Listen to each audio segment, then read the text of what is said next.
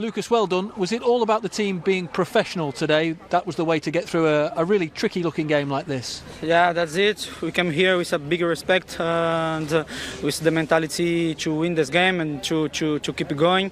And that's what we did. We did very well. We played very serious and we scored a lot of goals. And I'm very happy to help the team and to keep it going. Obviously a fantastic free kick from yourself, but is there a lot of pleasure amongst the team for Carlos being able to score 3 goals and perhaps feel like he's contributing towards Tottenham now? Yes, I'm very happy for him because he's a big friend and very humble, and he works hard every day, and he deserves to score, and big hat trick, and that's his job, and I hope he keep scoring for us.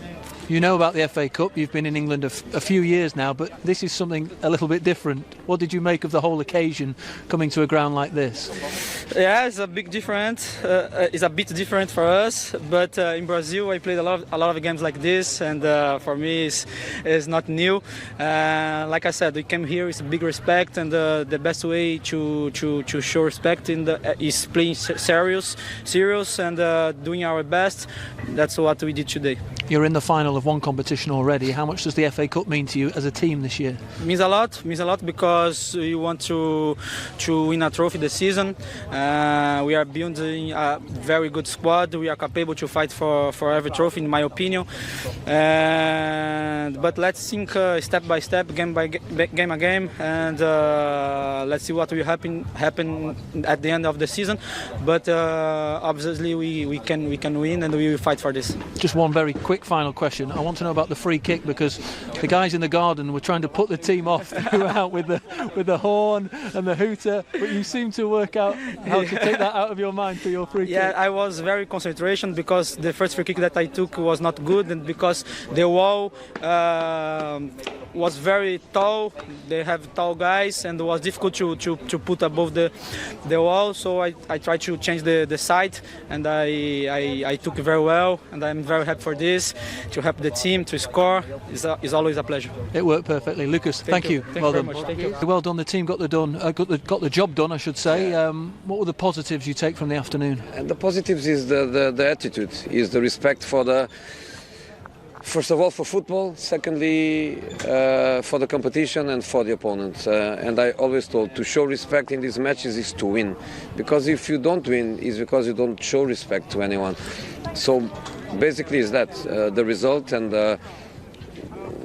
the professional attitude. I'm really pleased with that.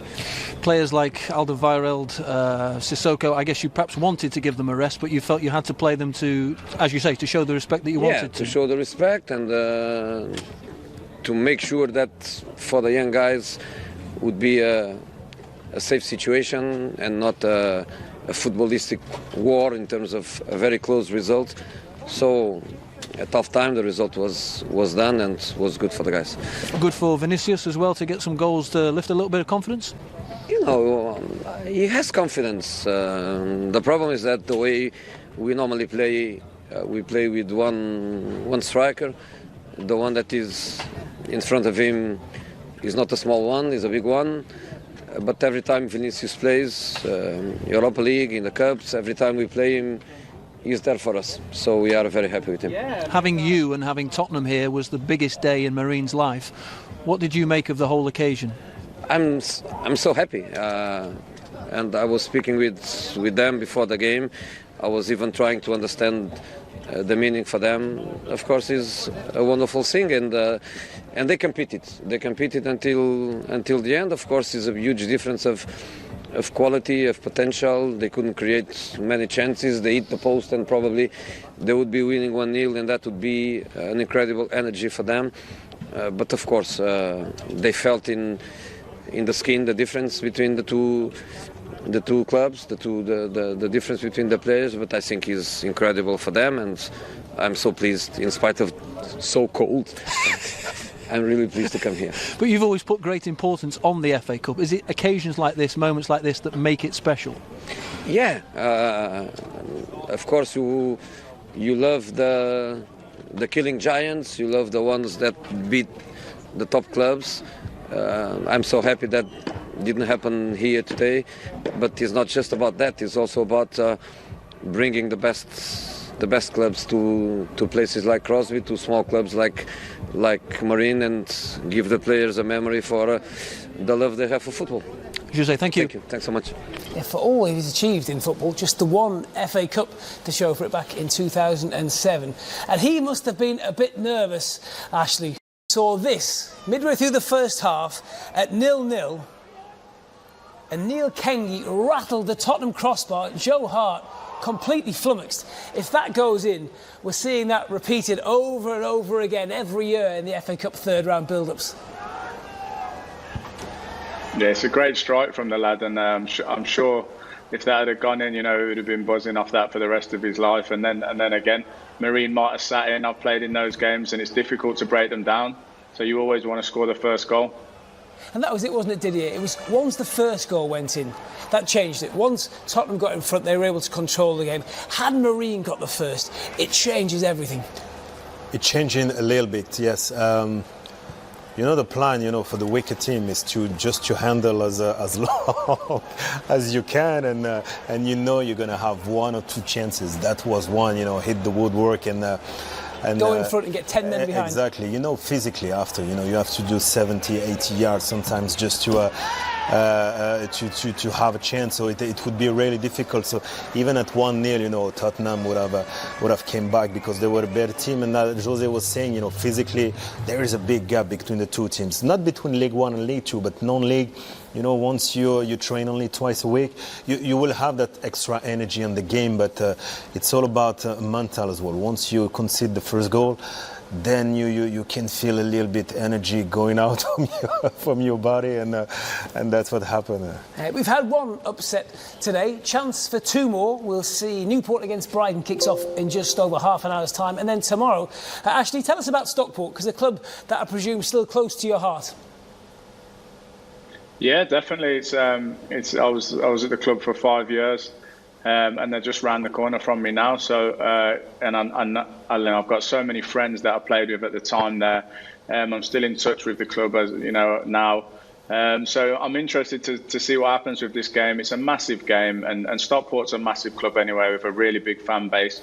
So I'm pleased that they're doing well, and they've got this cup tie as well to give a little bit of highlight to the club. And I'm looking forward to the game myself. Yeah, they've had a tough few years, Stockport, dropped down the football pyramid a little bit. What was it like playing at Edgeley Park? Is it the sort of place that a Premier League club will find difficult? Yeah, I think so. I think to go there, obviously we got a situation with the fans, but when I played there, it used to get rocking, especially on a midweek game in the evening under the floodlights. They used to make real noise. They've always got a big following, Stockport. So, I'm not sure what the pitch will be like, but I'm pretty sure if you're a West Ham player, you're not relishing the task of travelling up north and going to play against Stockport County away on a Monday night. Do they need a boost right now, Stockport? Do they need a lift as a club? This is a massive game for them, and just the fact that we're talking about it now, as I said, it's put them back in the spotlight a little bit. It would be great for them if they could nick a result against West Ham. But I think they're doing a lot of good work behind the scenes, talking to the guys, and they've got big plans there to try and get such a big club, back where they feel that they should be within the league. And as I say, they're working hard to try and do that. So it's going to be a bit of a long process, but everything's in place for them to achieve that. So they've just got to go and do that now. It's so difficult to be in that northwest area because there are so many big football clubs in such a small space, such a battle just to get your fan base almost. Yeah, I agree with you, but I think Stockport's fan base, which I joked the other day to someone saying that wherever I go, there's a Stockport fan. I've been on holiday on the other side of the world, and there'll be a Stockport fan that comes up to me. So they do have a massive fan base, even though they are in Manchester with the obvious Manchester clubs that are around here. So, and those fans have stayed loyal since I was there, which was a number of years ago.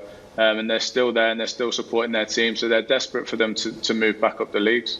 Ashley, you're not wrong. Our producer tonight is from Stockport, so there you go. There are Stockport fans everywhere.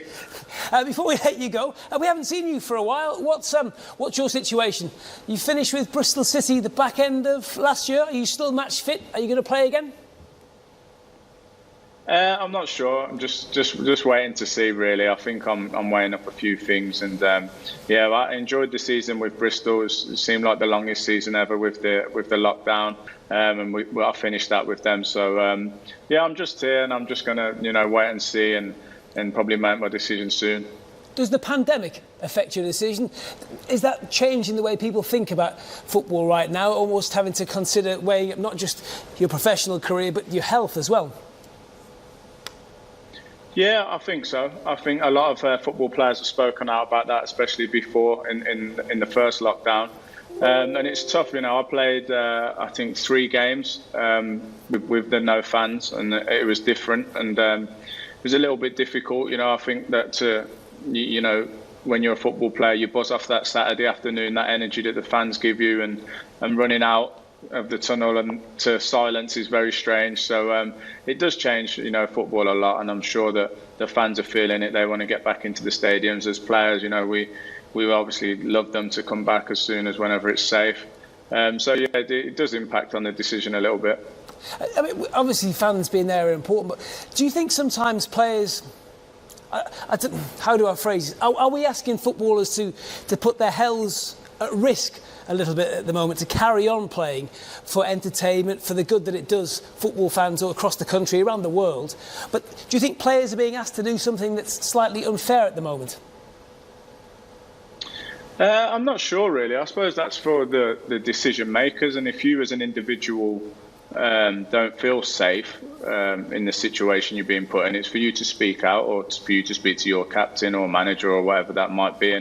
And I think that would happen, if I was captain, I was captain of the teams that I was captain of. If it was now, I'd be making sure that everyone feels safe and secure, playing football or travelling or whatever it might be, and raise those concerns. So I'm not sure, really. We appreciate football in this country and around the world, and it raises spirits, and obviously when it wasn't here, people desperately wanted it back, as the players did. So it is important that football plays, and if the people that make that decision say that it's the right time to go back, then everyone follows suit, unless you have an individual issue, and then it's then you need to be brave enough to speak out about that.